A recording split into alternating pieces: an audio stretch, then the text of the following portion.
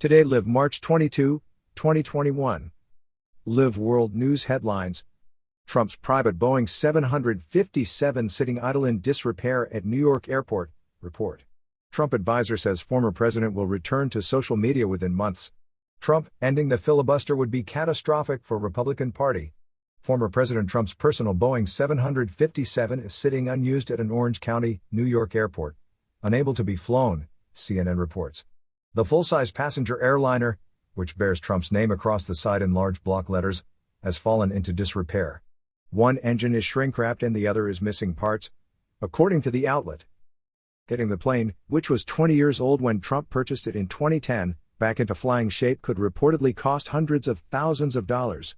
Flight records obtained by CNN signal that Trump hasn't used the plane since leaving office in January.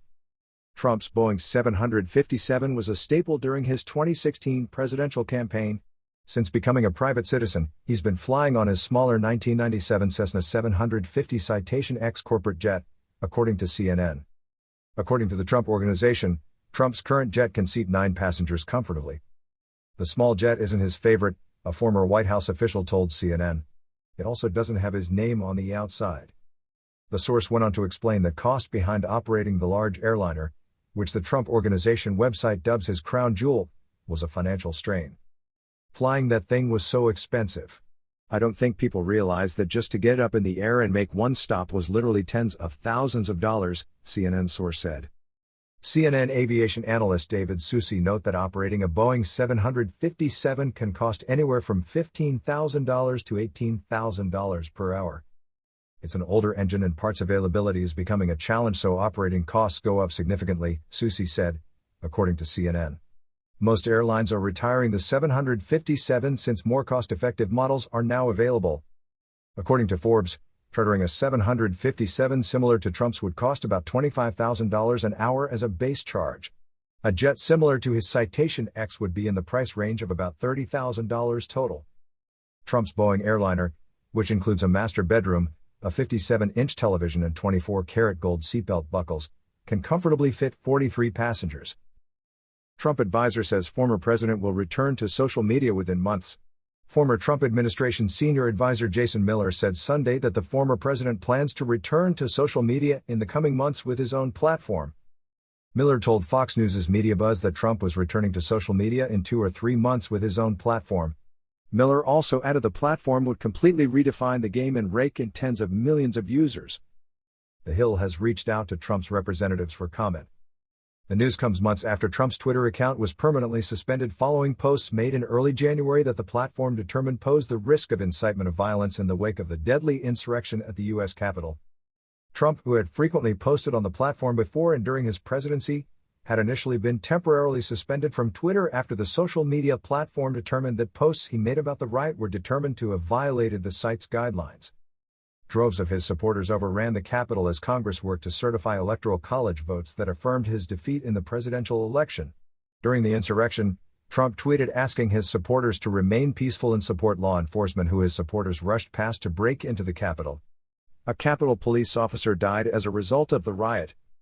The temporary suspension marked the first time that Twitter, which had been flagging certain posts Trump made containing misinformation in the weeks leading up to the January riot, locked the then president out of his account.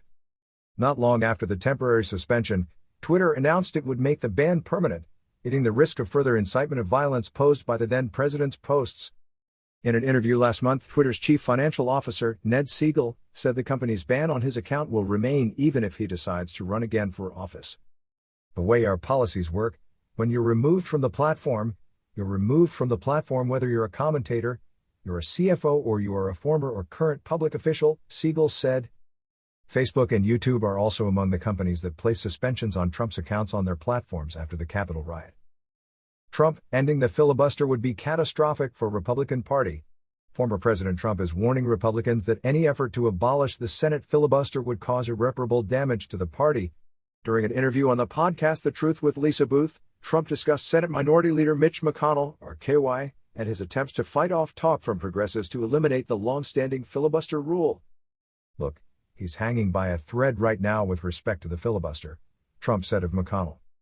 "And if they get the filler, he's hanging on." Democratic Senator Joe Manchin, who always goes with the Democrats, Joe talks, but he ends up going with the Democrats. Now there's another great senator from the state of Arizona. He's hanging by a thread, and if they get rid of the filibuster, if they knock it out, it will be catastrophic for the Republican Party. McConnell and the GOP have given similar warnings about eliminating the filibuster rule, a provision that allows the minority party in the upper chamber to force an unfettered debate on any issue before a vote. Let me say this very clearly for all 99 of my colleagues: nobody serving in this chamber can even begin to imagine what a completely scorched earth Senate would look like. McConnell said last week on what it could look like in the upper chamber if Democrats eliminate the filibuster. I want our colleagues to imagine a world where every single task, every one of them, requires a physical quorum.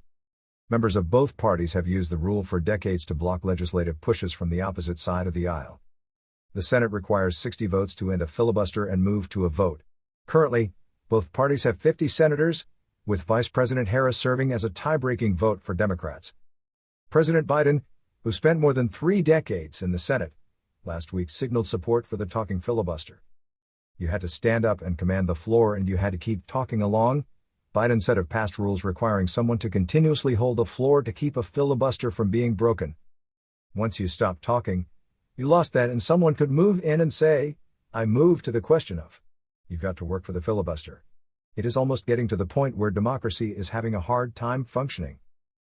Trump has been critical of GOP leadership since his 2020 election loss, painting McConnell as weak and saying the party should seek new leadership more supportive of his policies.